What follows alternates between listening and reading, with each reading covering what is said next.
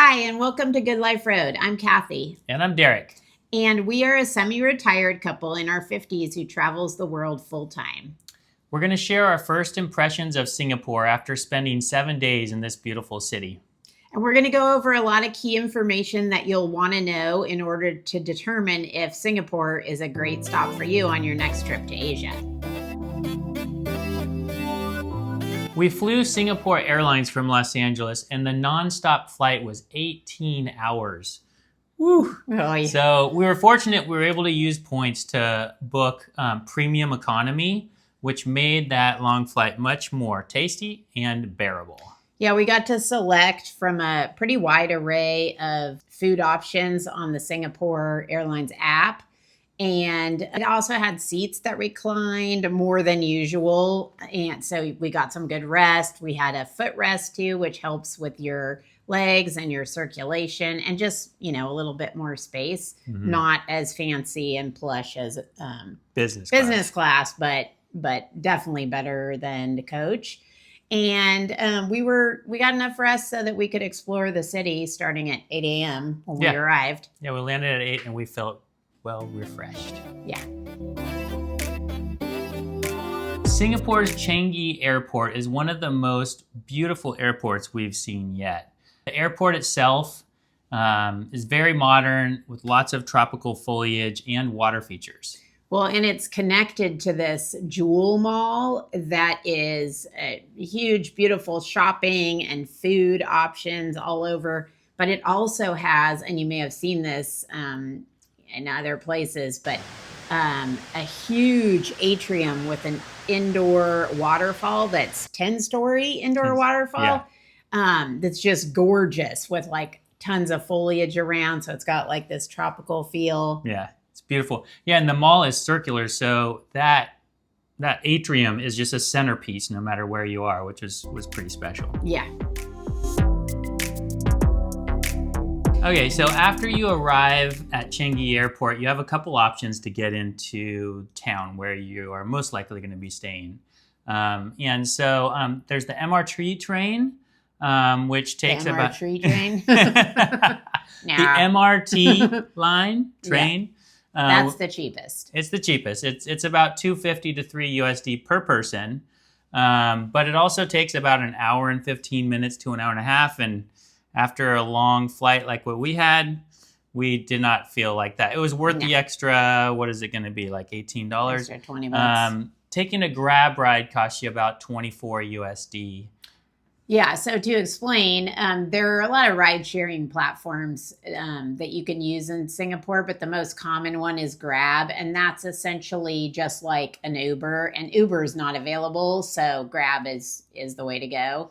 But so that's the ride-sharing that we used. Yeah. And it is a bit of a pain to find the location where you're supposed to get your Grab. At the airport. At the airport, of course, yes. And so...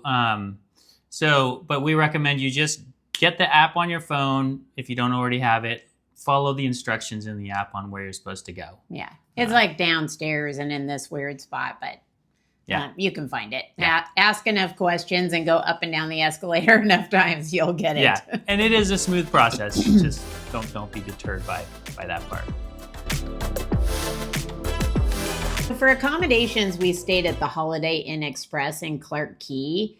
And it was perfect for us. It had a rooftop pool, it had a gym upstairs too, and it had a breakfast buffet that was really nice and ran from like 6:30 to 10:30 and was pretty plentiful. So we enjoyed that at least once a day. Yeah, and the rooftop pool was actually pretty long for somebody who wants to just swim laps. It was much more than you're used to at hotels, so that was great.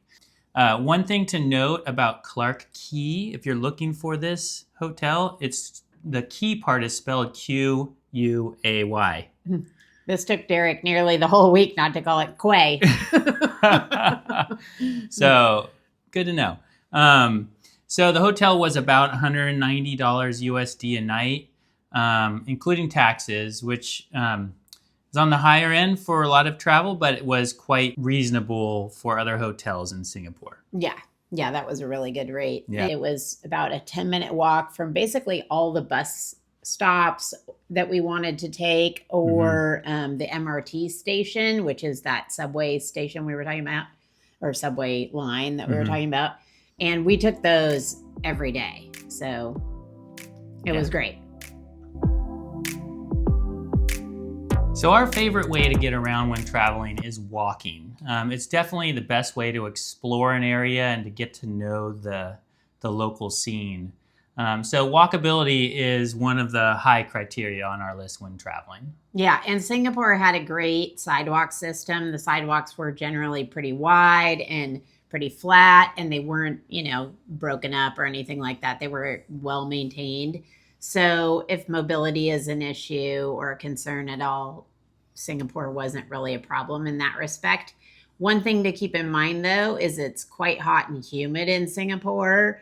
And if you're thinking that you're going to walk anywhere, past, I'd say 15, 20 minutes, you definitely want to be able to stop in somewhere and cool off on the way, because it is so hot. But there's air conditioning and great places to stop everywhere. So. Yeah, everywhere is air conditioning. Even the subway stations and stuff are air conditioning. Yeah.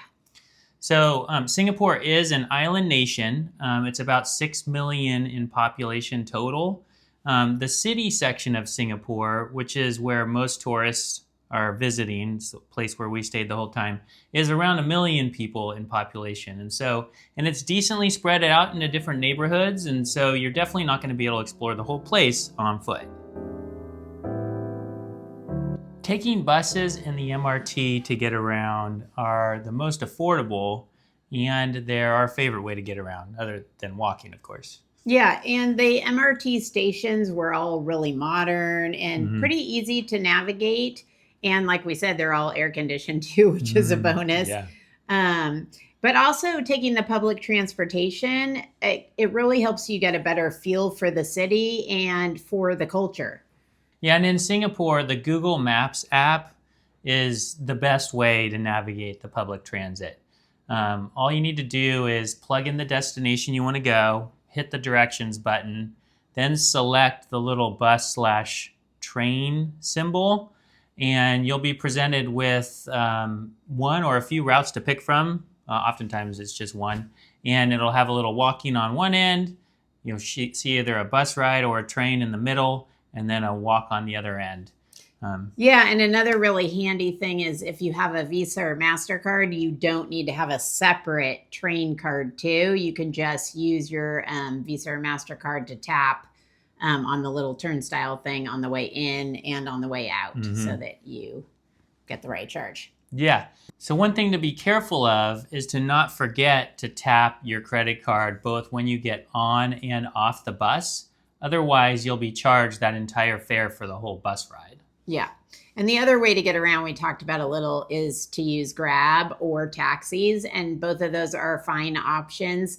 The only thing is Grab in the city for about a 5-minute ride it cost us $14. So we didn't use that very often.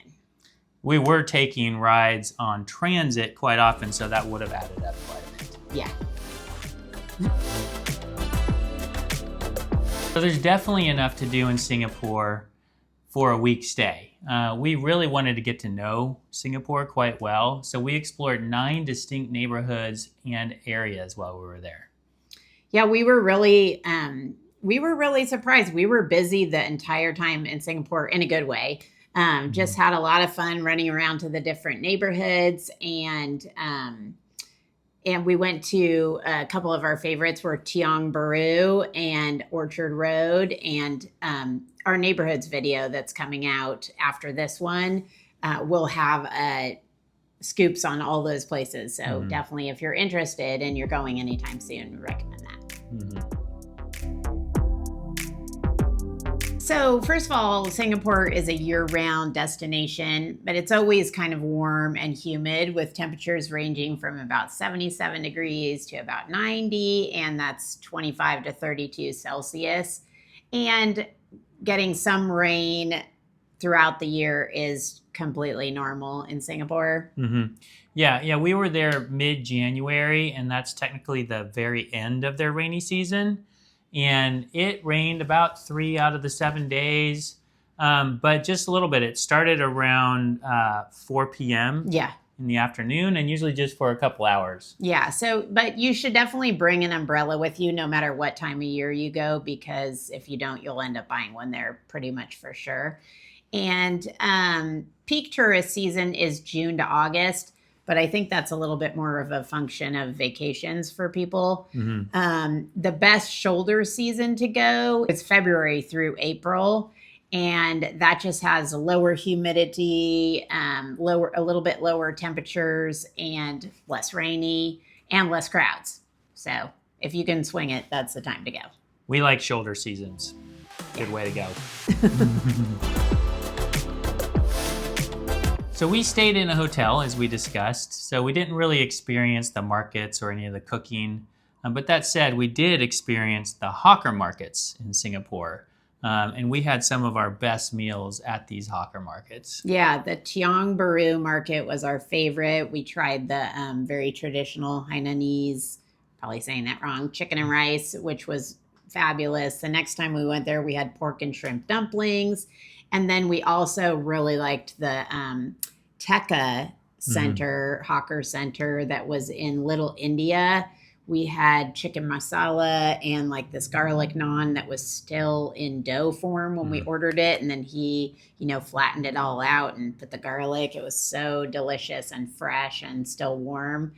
And then as far as, so go ahead. Yeah. Sorry.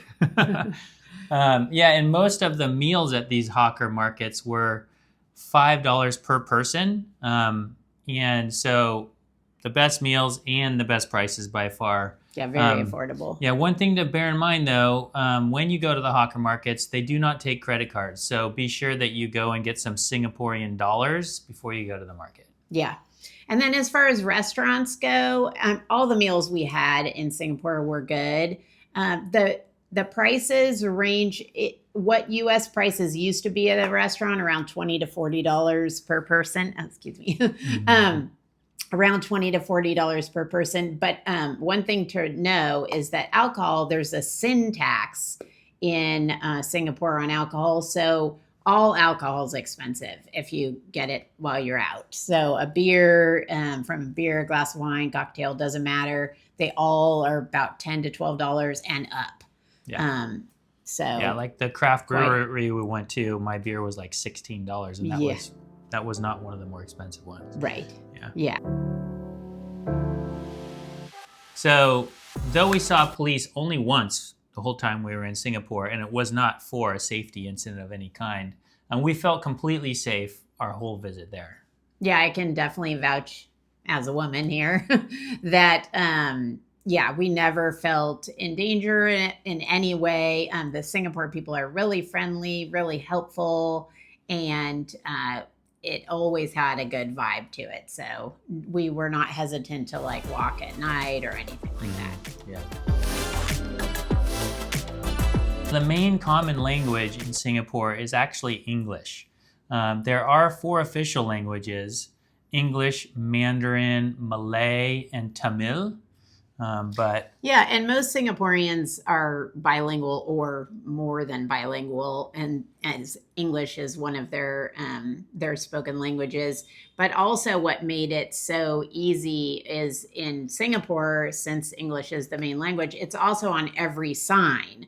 So that was really unique, because lots of times in other countries, even though the people will speak English as well as multiple other languages, they don't have it on the signs too. The official written language too. So that was great, because that's also what's used in government and business and everything. So I'm sure that's what's driving it.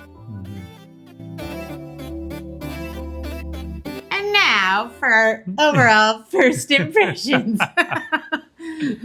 Okay. You go first. All right. So I felt like Singapore was an amazing place. It was beautiful, friendly.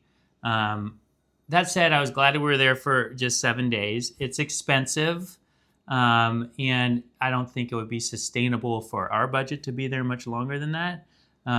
But highly recommended, and we'll probably go back also, because it's gorgeous. Yeah, I felt like that too. I felt like 7 days was enough as a tourist.